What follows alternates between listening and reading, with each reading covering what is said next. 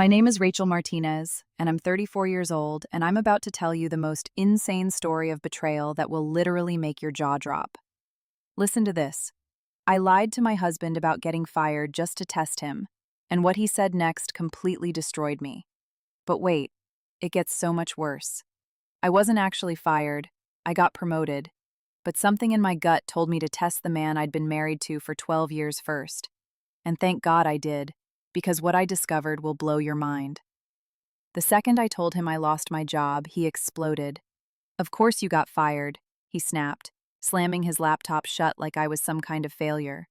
"You've always acted like you know better than everyone. Maybe now you'll learn something." No hug, no "we'll get through this together," just pure ice-cold rage. I'm standing there in my work clothes, literally shaking, thinking this can't be the man I married. But guys, that reaction was nothing compared to what I overheard him planning with his mother just 48 hours later. I'm talking about a full-blown conspiracy to steal me for crimes I didn't commit and replace me with his dead brother's girlfriend and her baby. Stay with me because this story gets absolutely wild. Still, I didn't expect him to explode the way he did. I remember how he looked at me like I was some liability, some dead weight he hadn't realized he'd been carrying. "Do you even understand the position you've put me in? How do you think we're going to pay the bills now?" He kept yelling, pacing across the room, not once asking how I was feeling or what had happened. I said nothing, not because I didn't want to defend myself, but because I physically couldn't speak. My throat had closed up like my body instinctively knew I needed to stay silent. And maybe that was a good thing, because if I had told him the truth right then that I'd been promoted, that I'd be earning more than ever before, I would have missed what came next. I would have missed the cracks beneath the surface that were finally starting to show. Instead, I just stood there as he raged on, telling me how I'd never contributed anything real, how all I did was shuffle papers while he built actual things that mattered. I barely remember how the rest of that evening went. I think I went to the bathroom and stood under the shower for half an hour, letting the water scald my skin as if it could wash away the humiliation, the confusion, the fear. That night, he slept on the couch without a word. I lay in her bed, staring at the ceiling, my mind racing. There had been signs, I realized, signs I had ignored for too long. The late nights at work, the secretive glances at his phone, the way he stopped meeting my eyes when we spoke. And now this. His total lack of empathy. His coldness. It wasn't just about the lie anymore. Something else was going on, something darker. And I was starting to feel it rise beneath my skin. The instinct to survive. The instinct to know the truth. Before it destroyed me first. Looking back, the signs had been there long before I ever uttered a word about being fired. They weren't glaring red flags, at least not at first, just small things. The way Brian started coming home later and later, always with a vague excuse. The way his phone, once casually left on the kitchen counter, was now always face down, locked tight, or how he'd started skipping our Saturday breakfasts, something we'd done religiously for years with nothing more than a shrug and a maybe next time. I told myself it was just stress. His construction firm had taken on a massive downtown project, and he was working more than usual. I wanted to believe that. I really did, because the alternative, the creeping suspicion that the man I'd shared a bed with for 10 years might be slipping away, was too painful to face. But the moment that lodged itself into my memory, the one I kept playing over and over again in my mind, happened 2 months before I tested him. I'd gotten off work early one Friday. My team had wrapped a product launch ahead of schedule, and I thought it would be sweet to surprise Brian, cook his favorite dinner, open a bottle of wine, bring back a little piece of us that I've been missing lately. I let myself into the house quietly, thinking I'd catch him working in the living room. But as soon as I opened the front door, I heard his voice coming from down the hallway. He was on the phone, speaking in a tone I hadn't heard before. Serious, clipped, almost rehearsed. "No, she doesn't suspect anything yet," he said, followed by a long pause. "We just need a little more time." And then he laughed. Not the warm, playful laugh I used to know. This was something else. Cold, detached, almost cruel. I stood frozen in the hallway, clutching the door frame, my heart pounding in my ears. He was talking about me. I knew it. I didn't hear the other person's voice. Maybe it was on speaker. Maybe not. But I could feel the weight of the conversation settle on my chest like a stone. I couldn't move. I couldn't breathe. Then, as if nothing had happened, he walked out of the bedroom, saw me, and smiled, kissed me on the cheek like it was any ordinary day. I smiled back, went into the kitchen, started boiling pasta. But something in me cracked that evening. A quiet fracture, invisible on the outside, but spreading quickly underneath the surface. From that day on, I started watching him differently, listening more carefully, picking up on the subtle shifts in his behavior. The way he avoided talking about the future, the way he grew impatient when I asked about his day, the little lies he told without even realizing I'd caught them. I wasn't crazy. I wasn't being paranoid. My gut was screaming at me, and I was finally listening. It was a strange kind of grief, mourning the slow death of something while still pretending it was alive. I kept telling myself to wait, to collect more signs to be sure, until that moment in the hallway after my fake firing, when the last of my illusions finally fell apart. That's when I knew something bigger was happening, something I hadn't even begun to imagine. But I was about to find out. And once I did, there would be no going back. It was around 2:00 the afternoon when I heard the front door open. I had stayed home from work that day, claiming to feel unwell.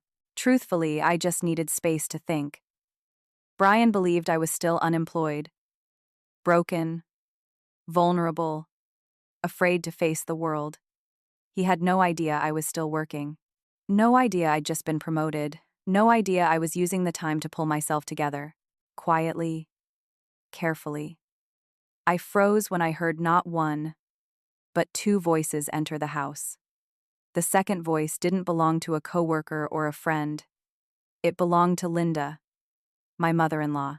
I stepped silently into the hallway, standing just beyond the crack of the guest room door. I knew I shouldn't listen, but something about the way they spoke so casually in the middle of a weekday made my skin crawl. So, Linda's voice rang sharp and familiar. "Why the sudden midday visit? Everything all right? It's all going exactly as planned," Brian replied, sounding almost pleased. "She told me she got fired yesterday, totally devastated. Just like you predicted." I covered my mouth with my hand, willing myself not to gasp. "Finally," Linda said, exhaling with satisfaction. "She won't have any choice now. She'll have to agree to our terms." My knees buckled slightly. I leaned against the wall, heart pounding so loudly I could barely hear what came next. "She's completely dependent on me now," Brian continued. "Selling the house is just a matter of time." Linda let out a smug little chuckle. "See, I told you that girl was never right for you. Too ambitious, too independent. You really think she'd be with you if it weren't for your father's house?" It felt like being punched in the chest. That house had been our home for a decade. I'd invested so much of myself into it. My time, my money, my heart. And now they were planning to sell it like I was just some tenant they had finally tricked into leaving.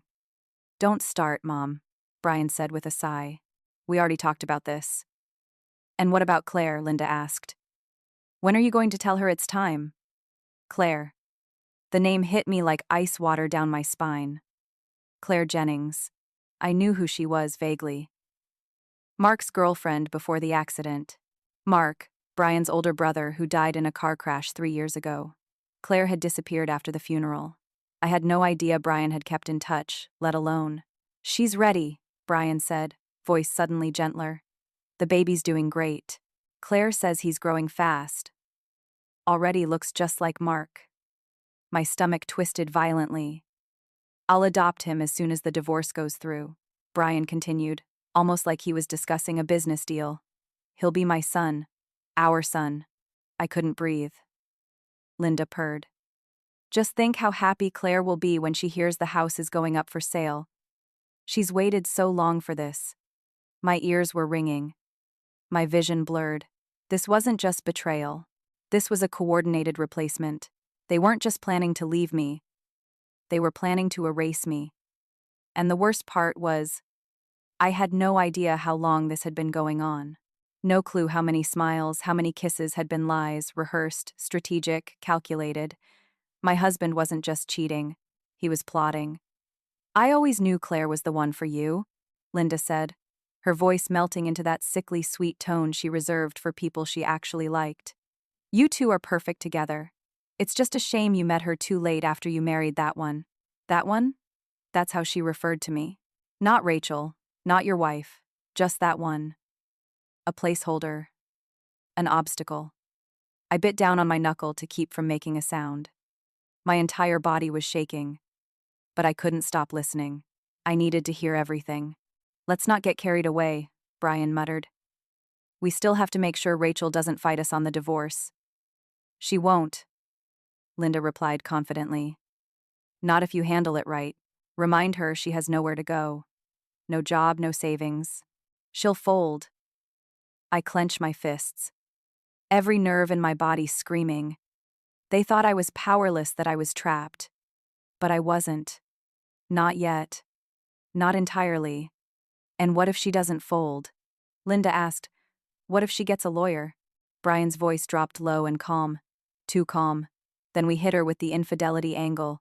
I nearly stumbled backward. What infidelity? Linda asked. Doesn't matter, Brian said. I've got a few old photos from that conference she went to 2 years ago. Just her with some colleagues, but they can be interpreted the right way.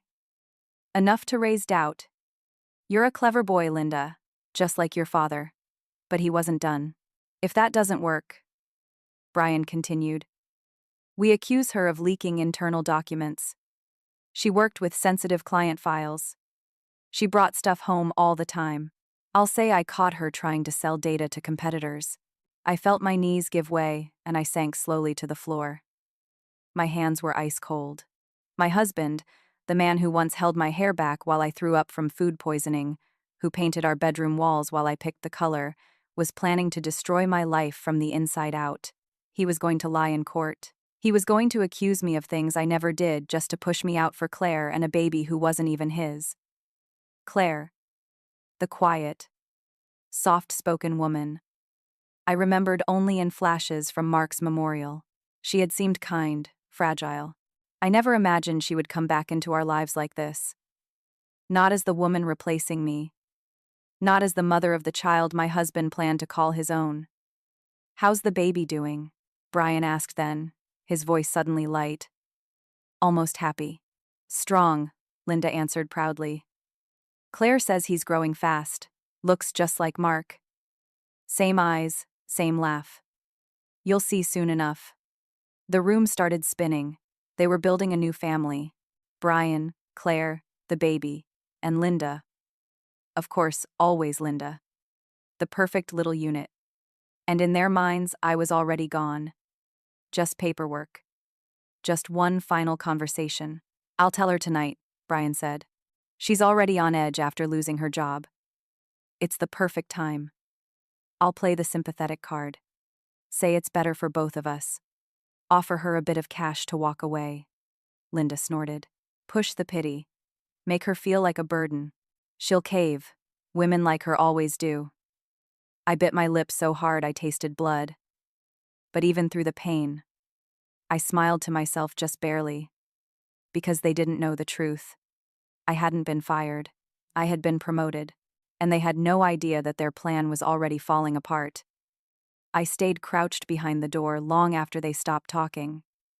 I didn't move when I heard the couch creak or the front door close behind Linda. I just sat there hugging my knees, heart hammering so loud I thought it would give me away. My body was frozen, but my mind was burning. This wasn't just betrayal. This was war. And I'd walked right into it, unarmed, unaware until now. But I wasn't going to be a casualty. Not quietly. Not ever. That night, I didn't speak to Brian. He acted like nothing had happened. He poured himself a drink, watched the game, glanced at me with that carefully neutral expression that now seemed so grotesque. I didn't look at him. I didn't trust myself to, because if I did, I might break the illusion. And I needed that illusion at least for a little while longer. In bed, I lay still with my eyes open. my back to him. He fell asleep quickly, like always, as if the day hadn't included plotting to erase me from his life. I listened to his breathing and planned. The next morning, I left the house before sunrise. I didn't go to work. Not right away. I went to the storage closet where we kept old documents, warranties, receipts, contracts, tax papers. I pulled everything I could find. I needed proof. Evidence that I had contributed to that house. That I had invested in it with my own money. Not just my presence. The new water heater. My bonus paid for it. The custom cabinetry in the kitchen. My design. My deposit. I dug out bank statements, delivery invoices, furniture receipts. I packed them all into a box, then into a bag, and drove across town to the only person I trusted. Emily. Emily Barnes wasn't just a colleague, she was my friend. For years we'd been each other's sanity during late nights at the office. She knew my coffee order, my birthday, the name of the stray cat I once tried to adopt, and failed miserably. Most importantly, she'd never once betrayed me, not even with gossip, and that made her invaluable now. When I showed up at her door, she didn't ask questions. She just looked at me for a moment, then stepped aside. "I need a favor," I whispered. "Say no more," she said. In her kitchen, I placed the documents on her table. If anything happens, if I disappear, if I stop answering calls, give this to my lawyer. She raised an eyebrow but said nothing. "I'm not being paranoid," I added, seeing the concern in her face. "But I can't take any risks." Emily nodded slowly. "You're scaring me a little, but okay, whatever you need." I exhaled, the tension in my chest loosening just a bit. I hadn't told her everything. Not about Claire. Not about the baby. Not yet. But she understood enough. That something was deeply wrong. That I needed her. And for now, that was enough. As I drove back home, I passed by the park where Brian and I used to walk on Sundays. I remembered how he used to hold my hand. How he once looked at me like I was his entire world. That man, that version of him, was dead. The one waiting at home for me now. He was a stranger in familiar skin. And tonight that stranger was going to sit me down, look me in the eye, and ask me to disappear. He had no idea that I was already planning how to make sure it would be him who lost everything. When I walked through the front door that evening, I knew it was coming. The conversation, the performance, he'd rehearsed it in his mind. I could see it on his face, that forced concern, the artificial heaviness in his shoulders. Brian Carter was about to pretend to be the good guy in his own betrayal. "Hey," he said, voice low. "Careful. We should talk." I gave him a tired smile. Just enough to look worn down. Just enough to keep him confident. "Sure," I replied, dropping my bag by the door. "What's going on?" He gestured to the living room, already set up like a scene from a play. He dimmed the lights. 2 glasses of wine sat on the coffee table. He even had a blanket draped over the armrest like this was going to be some soft mutual discussion, like he was doing me a favor by dismantling my life gently. Saturday. He took the armchair across from me, lacing his fingers together, letting out a sigh so theatrical I nearly laughed. "Rachel," he began, "I've been thinking a lot lately about us, about where we are, and I think we've grown apart." I kept my eyes on the wine glass, nodding slightly. "Okay. I don't want this to be ugly," he continued, leaning forward. "I don't want lawyers or courtrooms. I just think it's time we both admitted this marriage isn't working anymore." He sounded heartbroken, like he was the victim, like this decision was tearing him apart inside. "I mean, with you being out of work now," he added gently, "maybe this is a good time for a fresh start for both of us." My stomach turned. I let my bottom lip tremble just slightly. "Are you saying divorce?" He nodded, reaching for his wine like he deserved to take a victory sip. "Yeah, but amicable. Civil. I don't want to fight. I'm willing to help you get on your feet. You'll need a place to stay, obviously, and some money to get settled." I tilted my head, just enough to seem fragile. "You do that for me?" Of course, he said, placing a hand on his chest like some kind of savior. I care about you, Rachel. I just, I don't think we're right for each other anymore. We've both changed. He paused for effect, then added, and the house, it's legally mine. It was left to me by my father, but I want to be fair. I'll offer you a settlement, something to help with rent for a few months. I blinked, let out a shaky breath. How much? He named a number. It was laughable. A fraction of what I'd invested into that home. But I didn't laugh. I didn't even flinch. Instead, I stared at him like I was seeing him for the first time. I thought we'd try harder, I whispered. I thought we were stronger than this. Brian reached out, touched my hand like a man playing a role he no longer cared about. I'm sorry, but this is the best path forward, I promise. And right then, I gave him what he wanted. I nodded slowly, eyes misty, lips pressed tight in defeat. Okay, said. I'll think about it. He exhaled, visibly relieved. But behind my silence, behind the trembling breath and the wet lashes, I was already building my case because he didn't want lawyers. But I was going to bring the best one in town. The next morning, I left the house before Brian even stirred. He was still snoring on the couch, buried beneath a blanket like a child hiding from consequences. I didn't leave a note this time. No explanation, no polite goodbye, just silence. Let him wonder. Downtown Portland was just waking up when I stepped into the old brick building where Monica Bell's office was tucked between a florist and a tax accountant. The hallway smelled faintly of lavender and ink. I sat in the waiting room for 10 minutes that felt like a lifetime, rehearsing what to say. But when Monica opened the door and called my name, I stood up, walked in, and told her everything. Not everything exactly. I left out Claire, the baby. The betrayal so deep it made my voice crack. But I gave her enough. Enough for a lawyer to see the shape of the battlefield ahead. The inherited house. The years of shared expenses. The receipts and bank statements. The way he wanted a divorce. Fast and quiet, with a sum so low it was insulting. Monica listened without judgment. Her face was calm, analytical, her pen gliding over yellow legal pad like it had been trained for war. You've been married 10 years, she asked, her tone precise. 12, I corrected. 10 legally. 2 before that. She nodded, made a note. Any children? Number. Proof of financial contributions to the home.